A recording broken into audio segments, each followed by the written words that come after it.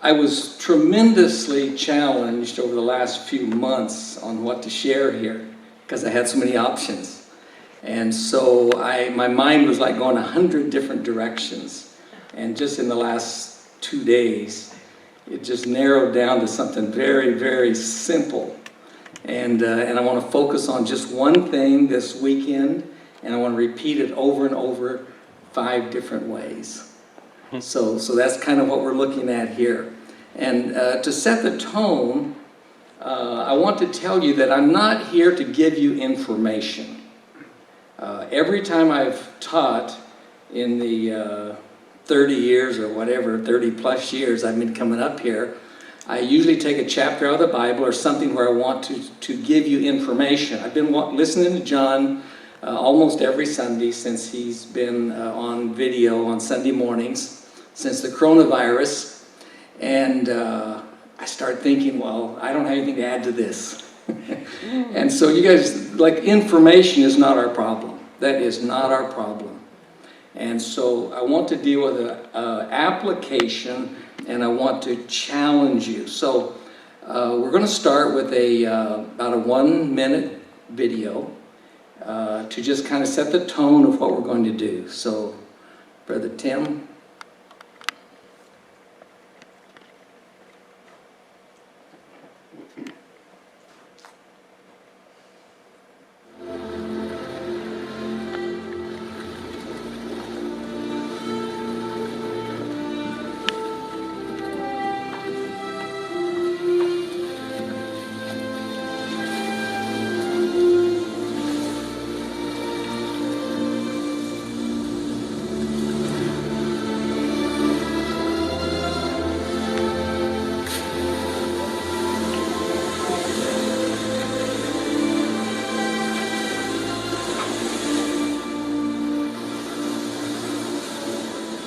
Follow me, and I will make you fishers of men.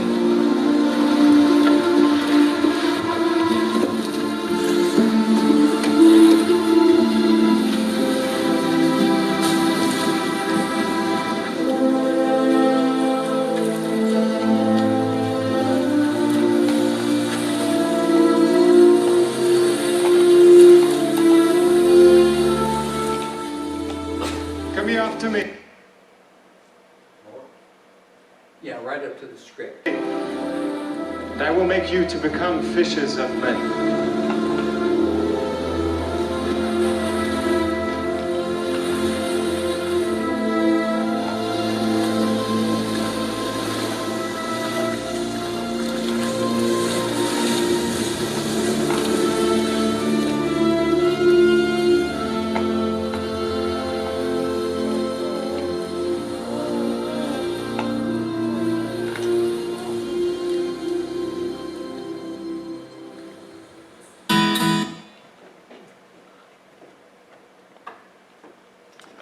At this point, these men became followers of Christ, committed their lives, dropped their nets. We'll look at this in tomorrow as how they just immediately made a decision to drop everything and follow Christ. So what I want us to do this weekend is not to try to learn information, but to think about our life. And what I really want to do is to shift your focus, refocus your thoughts from the way you normally are looking at your life and your schedule down through the week, all your personal problems, your finances, the world problems, Democratic Convention, coronavirus, and to get our focus back on what our purpose is here, and really moving toward more of a God consciousness, I think I could say it that way, because our minds get so preoccupied with finances, with sports, with Democratic Convention. Was that last night? Someone told me it was.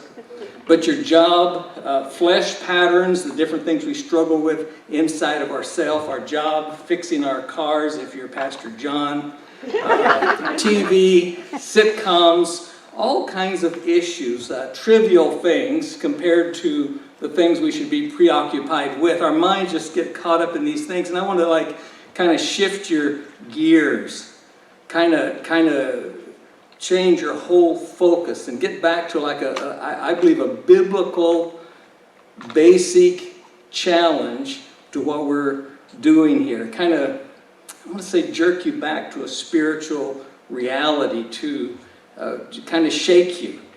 So this weekend, so it won't be very cognitive, like we're not going to go real deep into Romans 8 or something like that, which was the main thing I had on my mind to do this weekend. But I think the Lord's taken this direction because I believe, and all of this is to myself, where the Lord is dealing with me to kind of shake me out of a lukewarmness where we follow patterns, we get used to living a certain lifestyle. So what I want to see happen this weekend is to really affect a change in what we're doing in our life, sort of to motivate or set into action a change in how we're living. So I want to kind of reproduce a conviction that I believe the Holy Spirit is producing in me out of kind of a lukewarmness, kind of an acceptance of life as it is. You know, I'm old. It becomes normal to just kind of slow down or kind of to back off.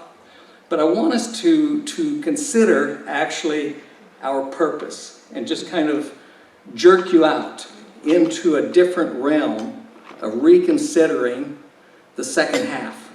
And I'm the jerk. So, why are you here? What is the purpose of church?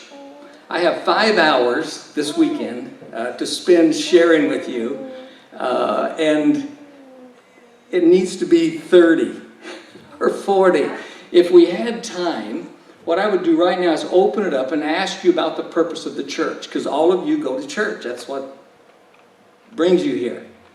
And so if we think about the purpose of the church, I've done this many places, and just open it up and say, what's the purpose of the church? And people in the church, if we had time right now, I'd have you just answer. And some of you would give answers like to worship God, to encourage one another, to have fellowship, to pray to Jesus, to know Christ better, and on and on and on. But I want to propose to you this morning that is not the purpose of the church. Usually when I ask those questions, we don't come up with the answer. But all of those things, worship, prayer, encouragement, discipleship, fellowship, every answer that normally is given by the church, in the church, for the church, are invalid. They're invalid unless you're hearing the cry of newborn babies, people being born again, people coming to Christ in the church. Because see, all these other things that we mentioned could be done better in heaven. We can worship around the throne way better than we can worship with all these thoughts going through our mind. I ask God almost every week, forgive me for not worshiping as I should today. When I leave a worship service, especially singing and things, situations during the week, I'll ask forgiveness for not worshiping. My mind will start moving off into problems. My mind will start moving off into issues with people, relationship issues, painting my house, Super Bowl. No, I'm not in football. But my mind will just start wandering off into all kinds of different kinds of situations. And then I'll start thinking, okay, I'm not truly worshiping in spirit, God consciousness, experiencing the reality of His presence. My mind is wandering, and I'm a liar. I'm worshiping with my hands and with my mouth, how much I love Jesus, but my mind is somewhere else, and I become a hypocrite even as I'm standing there to worship. But all of these things we mentioned, fellowship will be better in heaven than it is here. Knowing Christ will be better in heaven than it is here. To be able to actually walk up and talk to the Apostle Paul, talk to Jesus, and to all the things that we talk about here that we do in church are better off done in heaven. The one thing you cannot do in heaven is grab your next door neighbor, grab someone else that's the sinner that's lost, and lead them to Christ and to take them with you. So, to have a purpose for church, we must have people coming to Christ. So I propose to you that our purpose, see, God could, upon your salvation, just immediately transport you to heaven. Wouldn't that be wonderful? But the reason He doesn't do that is so that you could hang around a few days and bring your neighbor with you, because what He wants is worship, and He wants you to multiply that worship, to multiply His glory. What God's in it for is not to keep you out of hell. That's not what God's in it for. God's in it to have glory, a bride to worship His Son, and He wants that to be multiplied by us reproducing and multiplying, as He told Adam and Eve in the garden and Noah as they came off the boat. Physically, He wants us to spiritually reproduce and multiply, because He wants as much glory as possible by worshipers for His Son as His bride. There's the purpose. I can worship God to the maximum of my ability to bring Him glory, and the only way I can double that is to get my neighbor, lead him to Christ, and get him to do that too, and then God gets double the glory of what I'm capable of. He wants to multiply His glory. So why should God let you live one more day? Why should He let you suck up His oxygen, eat His food, use His resources on this earth? I was thinking this morning about the parable of the fig tree. I was just reading in Luke as I was coming up here about the fig tree. Jesus goes over, looks at the fig tree, beautiful, leaves all over it, checking it out for fruit, and there is none. He just curses it. And it just withered away because there was no fruit. And He said, why should you cumber the ground? Why occupy? Why take up space? Why suck up the water and the fertilizer and the oxygen? Why should you, if you're not going to produce fruit, take you out? So why cumbereth you the pew? No, that's not a good way to say it. Because our purpose, there's a purpose, and that's fruitfulness. We're going to come and talk about that this weekend. But what do you think about when you get up in the morning? Where does your mind go? What do you think about? If someone videotaped you for a week, just kept a videotape on you, you didn't know they were taping you, because it wouldn't work if they knew. And at the end of the week, they just reviewed the tape, and would they think that your most important thing in your life is your family, your job, money, self, sports? What kind of conclusions would they come to? Well, Jesus covered all those things very well when He said, you cannot serve God and money, right? If you don't hate your family, you can't be my disciple. If you don't give up, forsake everything, He even said, even your own life, you can't be my disciple. You can't follow me. So Jesus covered those things very well. He said, come. And I like this video where He says, come and follow me. I'll make you fishers of men. He is challenging them to die to self, to quit living their life as fishermen, quit living their life and come and live His life. Jesus said it this way, deny self, take up your cross, and come and follow me. To exchange your life to live His life. So every time I've come up here to teach, I've had a portion of Scripture, an issue that I specifically want to deal with. And this time, specifically, I'm not doing that. So I want you to know this time I'm not going to teach you the Bible. I want to build a fire or ignite something or to create a mindset in thinking. A lot like, I believe, if you're in the NFL or a football game and you go in the locker room at halftime, what happens in there? The coach doesn't try to teach them football. He does something inside those players to try to like motivate them or set something in action, not to teach them, but to say, okay, let's do the second half like this. And he's trying to create something, a mindset, a spirit, something in them to have them go out there and just give their life, give their all. So that's my mindset. That's what I'm thinking about this weekend. I want to watch another 1 minute video, I believe it is. No, this one's about 3 minutes. I messed you up on the other one, Brother Tim, I'm sorry, but this is about a 3 minute, and let's watch this.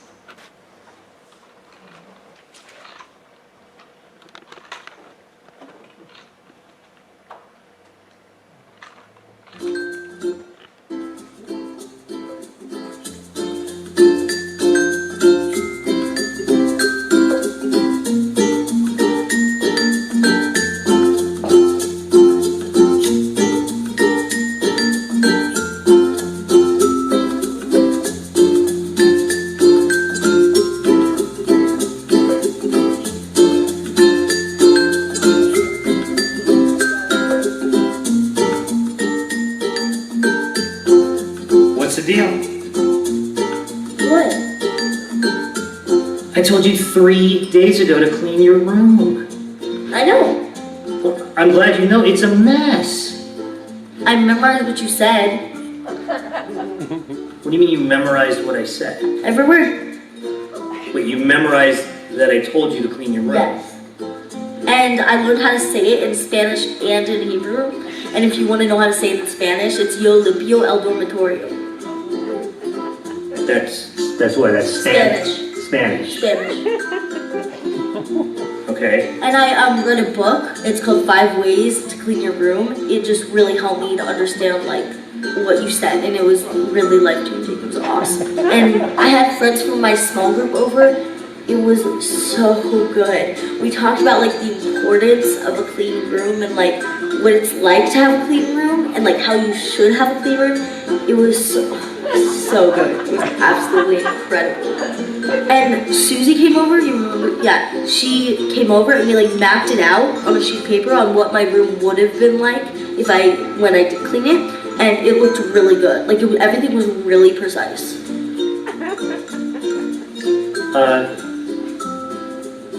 Okay, well, keep up the good work. Thanks. I love you. Keep holding me accountable.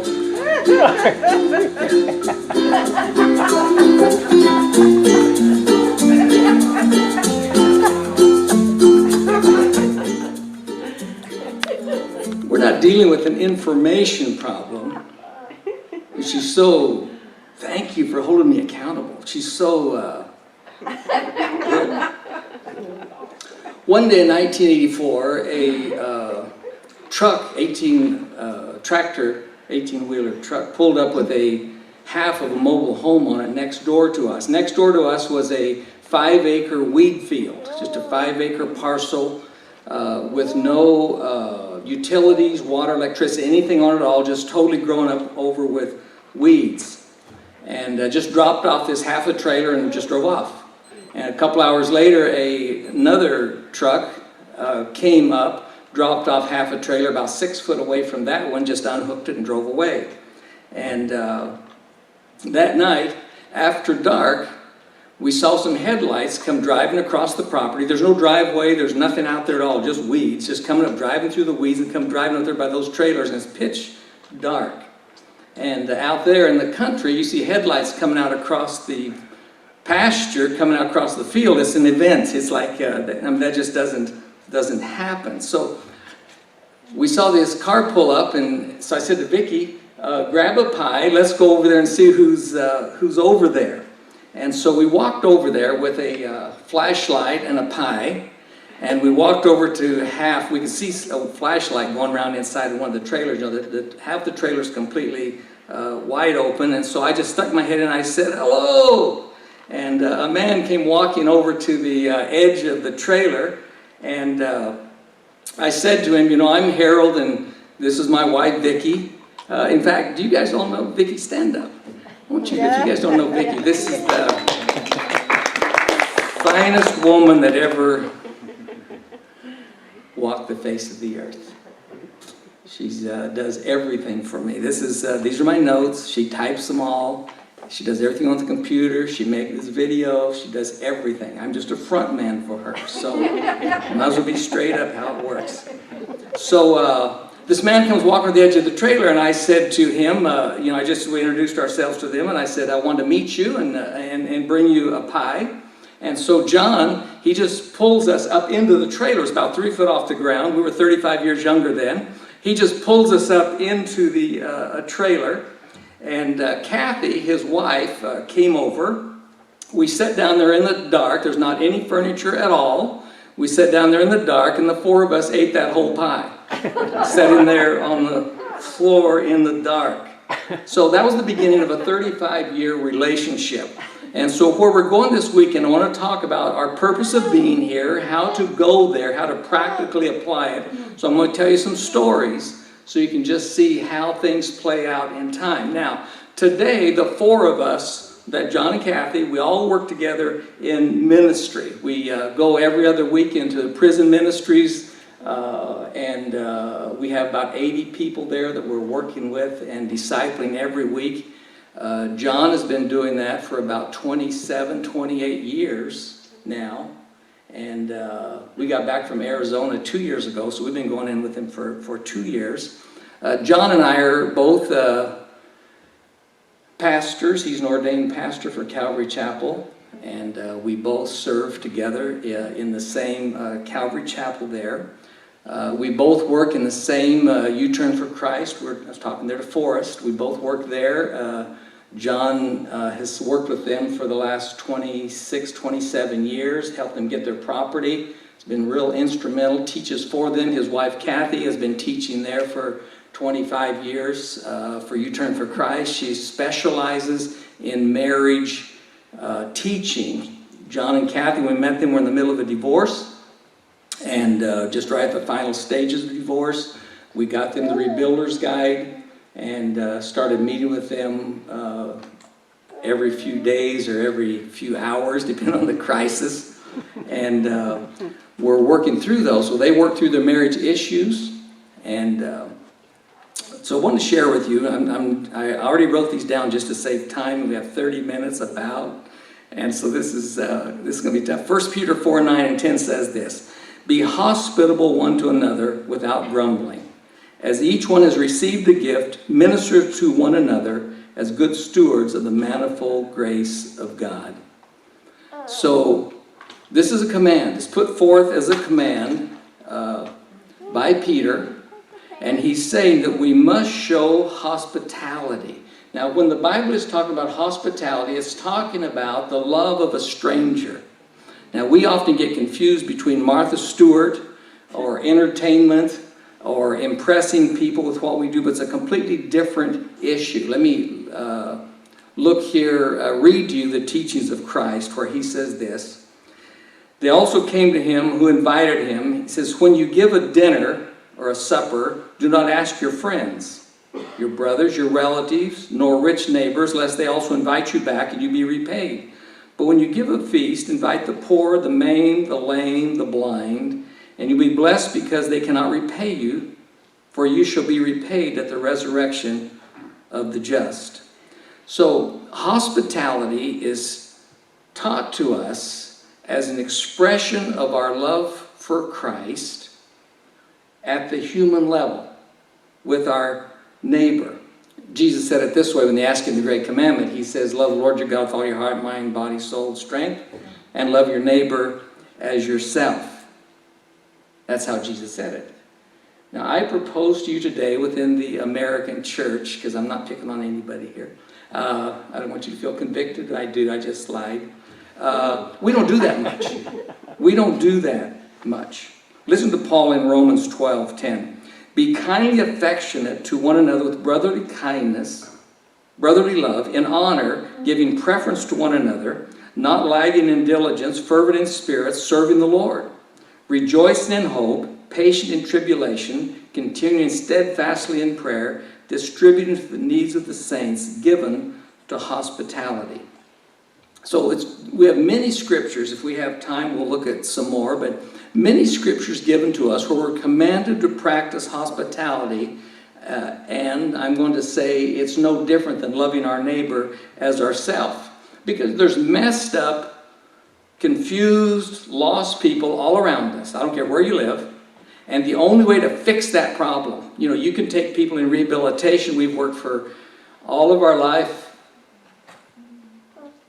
50 years, that's not all of our life, huh? We have worked in rehabilitation ministry dealing with drug and alcohol problems and porn and all kinds of issues like that. Well, you can get anybody straight for a month or 2 months or 3 months. You can lock them up, you can control them, you can have them in a high level of accountability. There's many ways you can get people to make commitments, white knuckle, control themselves, all kinds of ways. But when you turn them loose, if their nature hasn't changed, if they haven't actually been born again, they will go back to their problem. So the only way to have lasting results is to see these people come to Christ. So that a personal relationship with Jesus Christ, that's the only answer there is. So when we practice hospitality, we have to plan, we have to go out of our way, we have to prepare, so that our neighbors would come to a place where they can receive from us a portion of what we've already received from Christ. So all we're doing is taking a share of what He's given to us and passing it on to somebody next to us. And we're losing the art of hospitality here in America. So we have tinted car windows so nobody can actually see in. Down where we live, almost everybody has a garage door opener so they can pull right on in. Halfway down the block, they can open their garage door, just pull right in, the door's closing down behind as they come in. We have fences, Rottweilers, all kinds of ways down there to kill knowing our neighbors. So it's very becoming more and more difficult to do that. So most people down there don't know their neighbors. You can go to almost anybody that lives in tract homes down there and say, who lives 3 houses from you? Hardly any Christian can tell you that. And say, well, how long have you lived here? 10 years. Who lives directly across the street? Most Christians can't tell you. Hospitality is work. It's expensive. It's messy. It messes with your personal plans. It demands self-sacrifice. It's inconvenient. It invades your privacy. It's not just something that just like is wonderful and just like happens and it's always fun. That's not what hospitality is like. So we all struggle with it. Every one of you here, I don't know all of you, so I'm making just a bold, broad statement, struggles with self. And the issue is that we live lives of self, and hospitality messes with that. But the purpose of everything is to glorify God through worship that should give us a purpose of multiplying disciples. So that's why Jesus left here, and I hope to come back to this tomorrow. The third great commandment, if I ask you, I already covered the first 2. Jesus said, love God with all your heart, love your neighbor yourself. The third one is, Jesus is leaving, and He said, here's what I want you to do till I come back. Go make disciples. So I think it's very clear because He wants to multiply His glory. So He lets us live another day, use the resources He's given to us so that we could lead other people to Christ and disciple them. So Adolf Seth was a man who lived in Chicago. I believe this is about 2002. It's a true story. And his weeds grew up all around his house. A couple windows got broken out.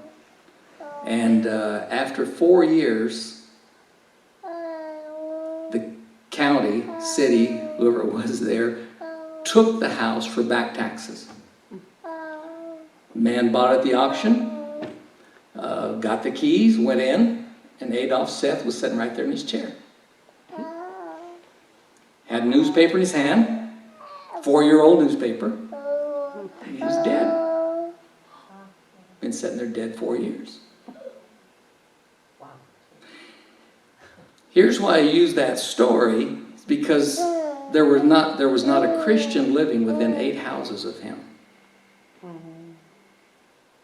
Now that has to be true. If we believe the Bible, if we're Christians, right? There couldn't have been any Christian living, because somebody, once the weeds are growing up, once the window's broken out, if there's a Christian there, they're going to go over and knock on the door and say, "Hey, Adolf, are you okay? Do you need help? What's going on?" I went to a man's house one day. He was laying flat on the floor. I said, "How long have you been like this?" I can't remember now. It was 2 or 3 days. He couldn't get up. I could tell you many stories. There are many people get in a situation where they can't help themselves.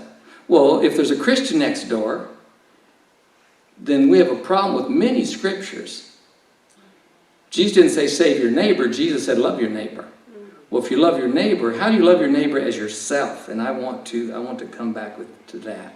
But discipleship is what we're after. Evangelism is the first step in that in order to make a disciple.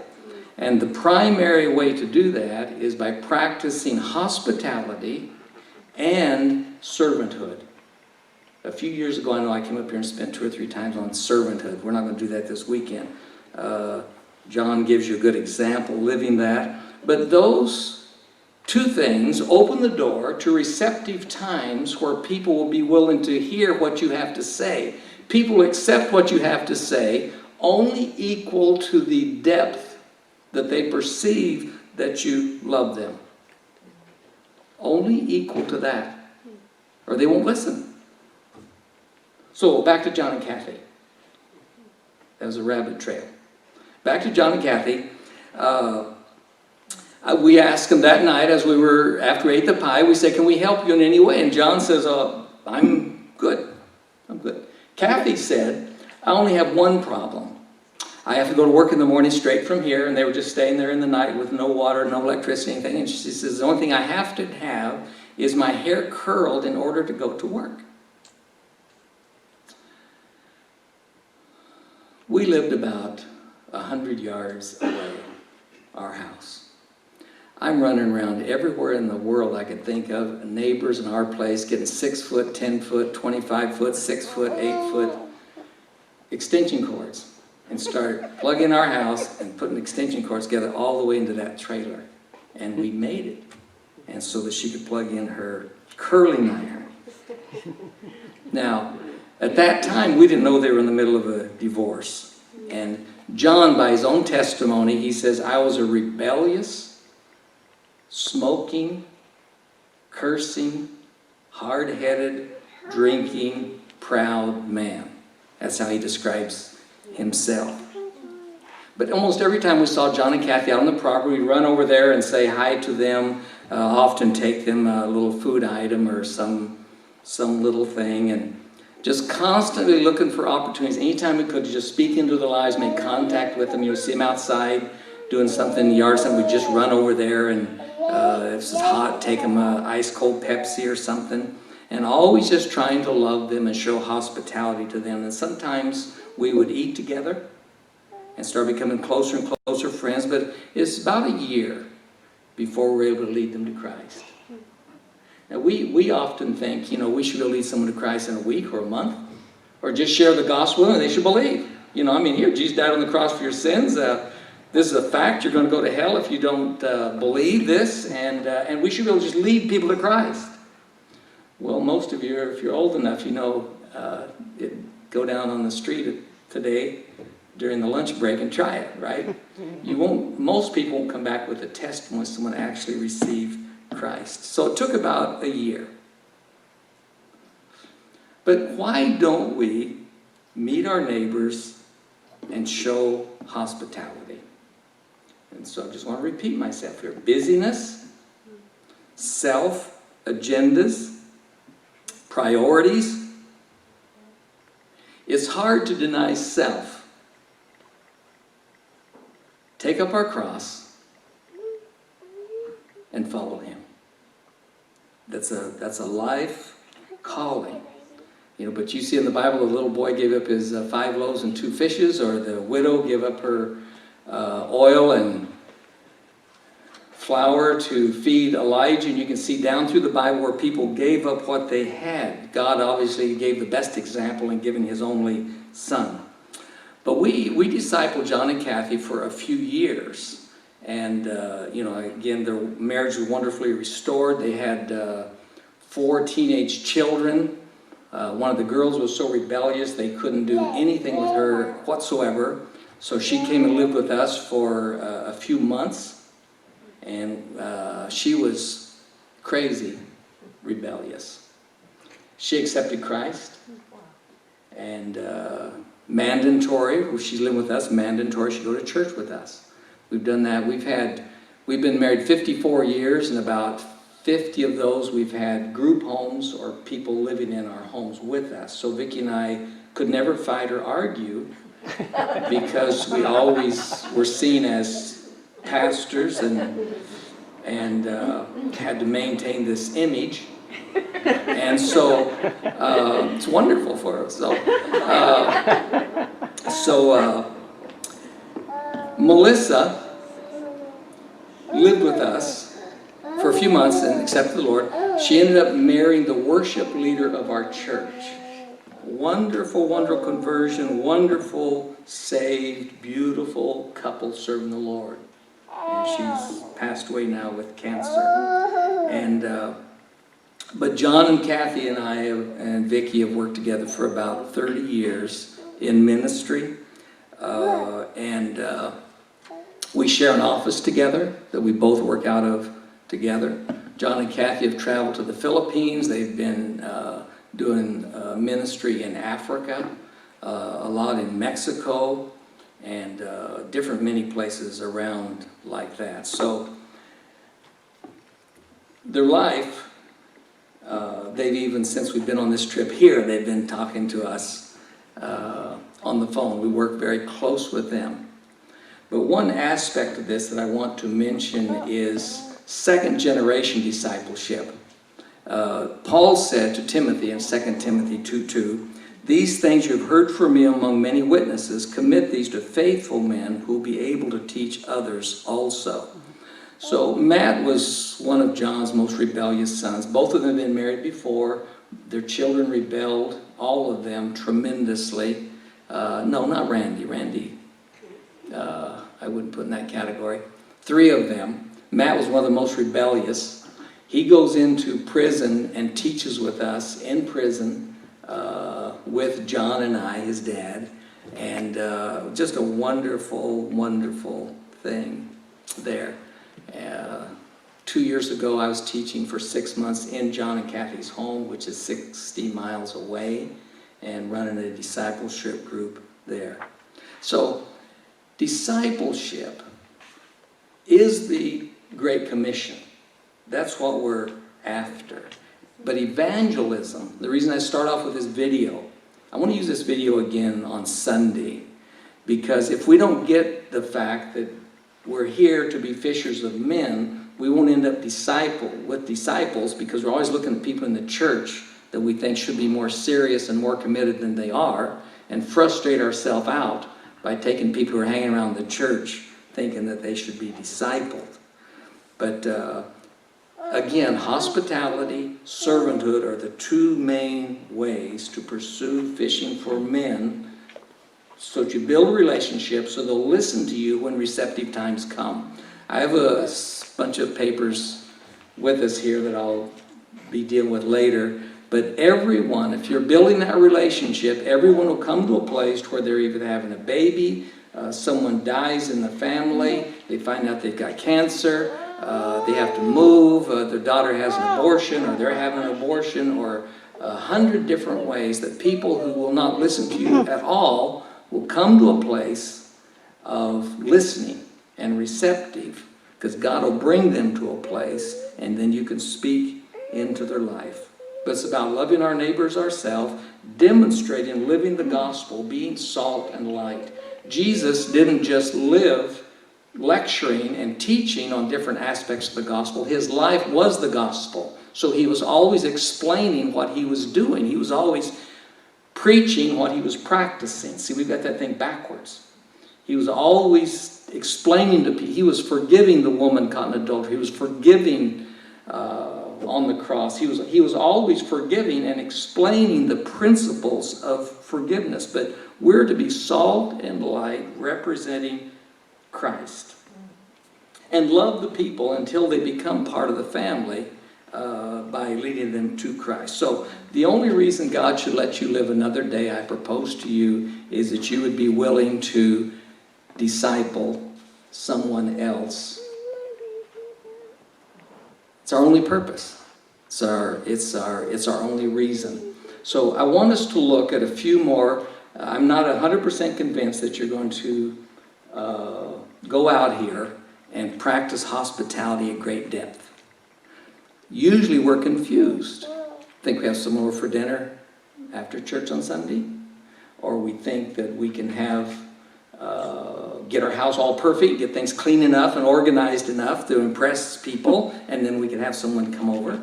We have all kinds of these concepts or hang-ups that are not loving a stranger or loving people who are the least of these, loving people who are not in our circle of influence, people that we work with all the time, but people who are out there. If someone would turn in your Bible, put up your hand if you would read 1 Timothy 5:9. Would someone do that? Put up your hand.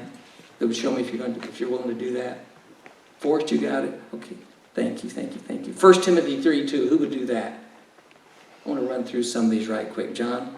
Acts 2:46. Okay. Hebrews 13:2.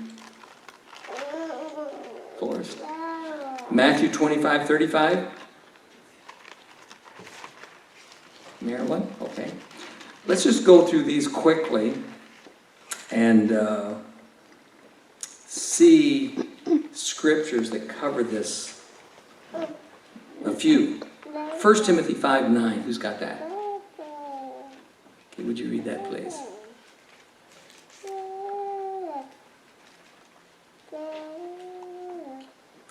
Let no one be put on the roll of windows who is under 60 years of age, who has been the wife of more than one man.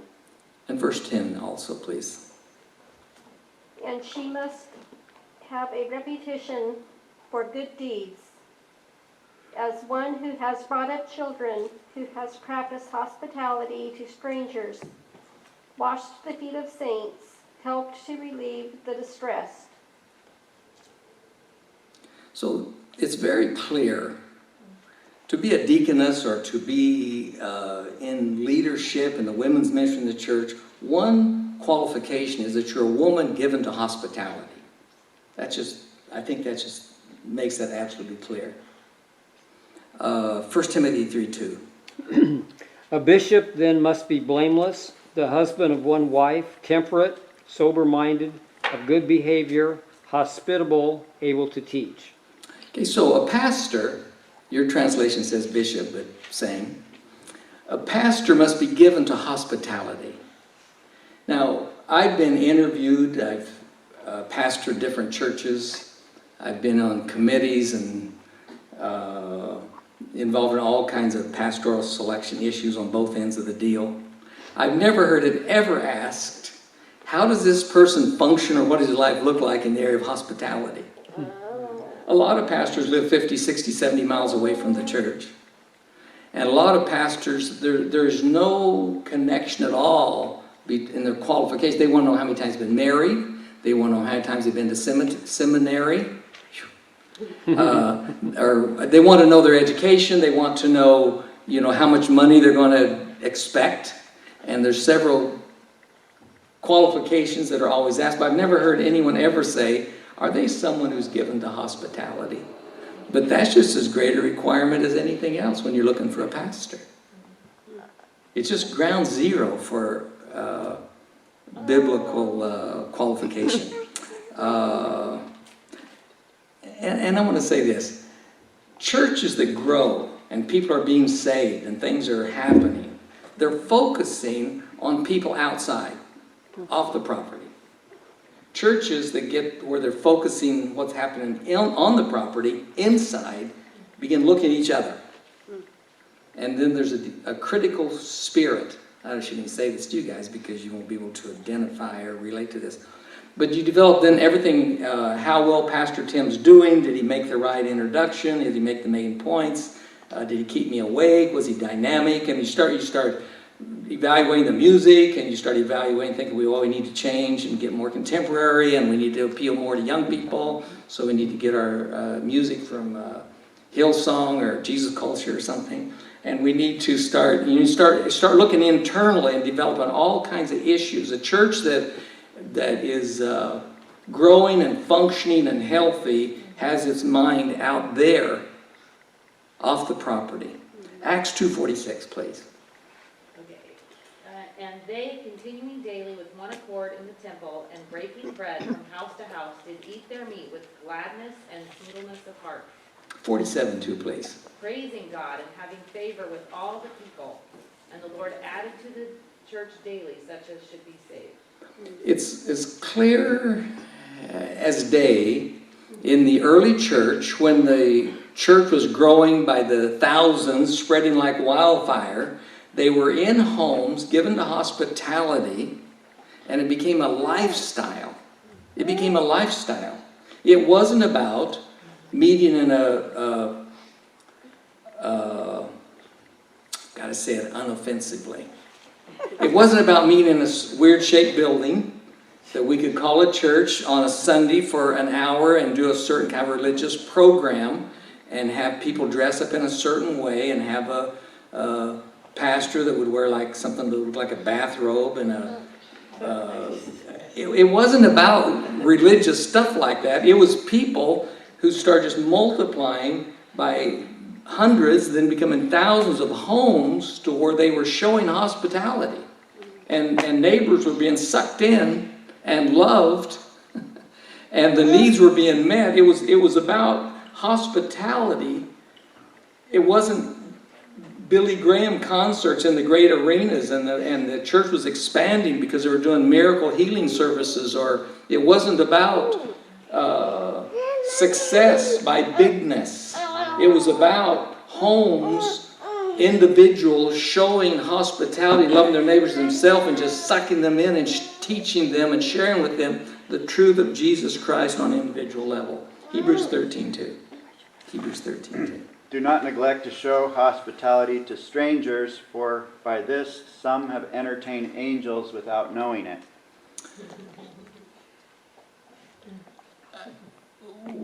When I'm working with groups, I will often say to them, we'll never reach this neighborhood for Christ unless you run off all your best friends. Because it's easy to get where you play dominoes every Friday night with this couple, and you go out to dinner with this couple and you guys trade, and you develop this network of maybe 4 or 5 couples or friends that you do things with, and you become busy. And you consider that just part of what you do. I am for a date night. I want to clarify that with your wife. I'm for that. But if we have certain Christian couples that we just love to hang out with and spend our time with, we'll never reach our neighbors for Christ. Here's what Forrest is reading there. He says, to or with strangers. All the biblical definition, when it used the word hospitality all through the Bible, is to strangers. It's to strangers. It's a different way of looking at things, I believe, than we do now. Matthew 25:35, please. And 36. And 36. For I was hungry, and you gave me food. I was thirsty, and you gave me something to drink. I was a stranger, and you brought me together with yourselves and welcomed and entertained and lodged me. I was naked, and you clothed me.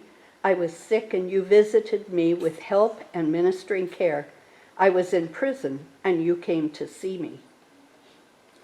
Very clearly, Jesus says, okay, here are the people I led into my kingdom.